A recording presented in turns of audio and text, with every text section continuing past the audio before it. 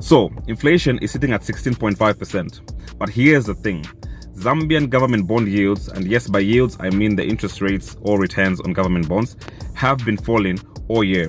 And currently they range between 15.5% to 20%. And as if that is not crazy, every bond auction this year has been massively oversubscribed. So what is happening? Firstly, my name is Nathan. Welcome to the FinLab, and today we break down the recent government bond dynamics here in Zambia, of course, where apparently the laws of economics sometimes take tea breaks. So let's unpack this with a calm head. Rightly so. Inflation at 16.5% should logically mean bond yields go up, not down, especially since investors need real returns that beat inflation. But in Zambia's case, bond yields have actually been falling and auctions are oversubscribed like it's Black Friday. So what is driving this odd reality? So number one, real yields are still juicy, relatively speaking, of course.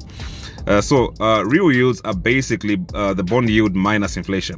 So even with inflation at 16.5%, a 20% bond gives you a real yield of about 3.5%.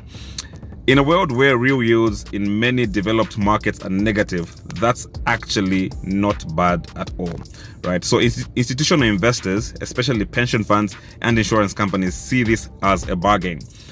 So they need places to park their money, and Zambian bonds are offering what few other assets aren't: scale, liquidity, and above inflation returns. Barely, but still, right? Number two, limited investment alternatives. Let's be honest, right? What else is out there in Zambia offering returns like that? At that scale and liquidity, the stock market is a little bit slow, property is illiquid, right? And the FX exposure is volatile. So bonds are the go-to for the big money looking for scale and safe returns. Even if it means inflation eats a bit of that cake, right? Thirdly, the big players are locked in. So banks are parking excess liquidity into bonds. Meanwhile, pension funds are legally required to hold a certain portion of their portfolios in government securities. These are your guaranteed bidders, regardless of whether inflation is boiling. Number four, betting on tomorrow. So monetary policy expectations. So the policy rate has been stable or rising in the recent past, but bond investors are pricing in the future rate cuts or falling inflation.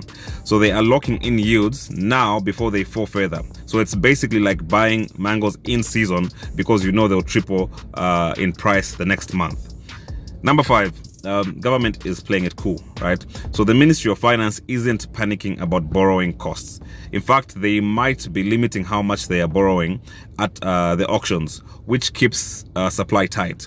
So low supply plus high demand equals a drop in yields. Economics 101, right? Number six, herd mentality or the fear of missing out, right? So let us not underestimate peer pressure. When fund managers see auctions getting oversubscribed, like Beyonce tickets, for example, at a concert, nobody wants to be the one having been left out. Even if yields are barely beating inflation, the fear of underperforming the market is a powerful motivator. In summary, yes, inflation is high, but bonds still look good compared to everything else. There is strong demand, limited alternatives, regulatory pressure, and a dose of good optimism about where the economy is headed. So it's kind of like wearing a jacket in October because you think the rains are coming. Zambia's bond market, probably the same vibes. Bye-bye.